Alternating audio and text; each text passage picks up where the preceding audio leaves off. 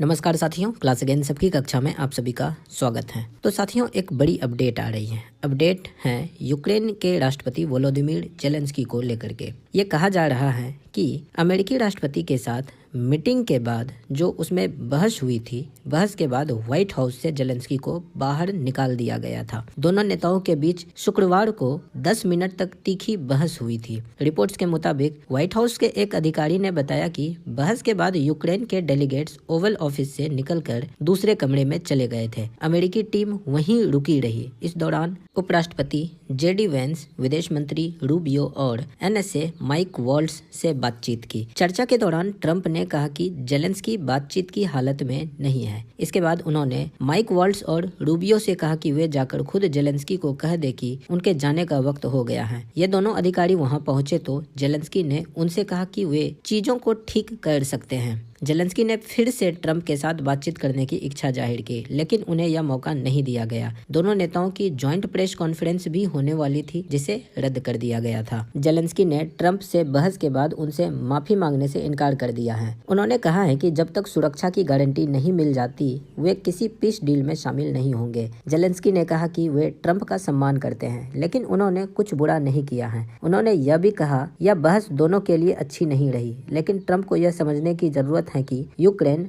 रूस को लेकर अपना रवैया एक दिन में नहीं बदल सकता। जेलेंस्की ने कहा कि वे चाहते हैं कि ट्रंप इस बहस के बाद भी यूक्रेन के लिए ज्यादा समर्थन दिखाए। उन्होंने कहा कि यूक्रेन एक साझेदार के तौर पर कभी भी अमेरिका को खोना नहीं चाहता। जेलेंस्की ने कहा कि यूक्रेन तब तक रूस के साथ पीस डील में शामिल नहीं होगा जब तक कि उसे सुरक्षा की पूरी गारंटी नहीं मिल जाती है। ट्रंप भी व्हाइट हाउस से बाहर निकले। उन्होंने पत्रकारों से बात करते हुए कहा कि जेलेंस्की शांति चाहते ही नहीं है। ट्रंप ने वादा किया कि पुतिन शांति के लिए काफी गंभीर हैं। यूक्रेन की मदद बंद करने के सवाल पर ट्रंप ने कहा कि अब इससे कोई फर्क नहीं पड़ता। अब वे तभी बातचीत करेंगे जब जेलेंस्की इस जंग को वाकई में खत्म करना चाहते हो। इस बीच यूरोप के कई नेताओं ने जेलेंस्की के प्रति अपना समर्थन जताया है। Norway, Netherlands, Poland, European Union, Germany, Britain जैसे यूरोपीय देशों के अलावा कनाडा और ऑस्ट्रेलिया ने भी जेलेंस्की के लिए समर्थन जताया है। जर्मन चांसलर ओलाफ सोल्ज ने कहा है कि यूक्रेन जर्मनी और यूरोप पर भरोसा कर सकता है। वहीं दूसरी तरफ फ्रांसीसी राष्ट्रपति इमैनुअल मैक्रोन का कहना है कि रूस हमलावर हैं और यूक्रेन पीड़ित लोग हैं। हमारा समर्थन यूक्रेन को है, यानी कि फ्रांस का समर्थन यूक्रेन को है। वहीं ब्रिटिश पीएम कीर स्टारमर का कहना है कि उन्होंने यूक्रेन के लिए अपना अटूट समर्थन बरकरार रखा है। स्पेन के प्रधानमंत्री पेड्रो सांचेज का कहना है कि स्पेन जेलेंस्की के साथ खड़ा है। वहीं नॉर्वे, डच और पोलैंड के प्रधानमंत्री ने भी अपना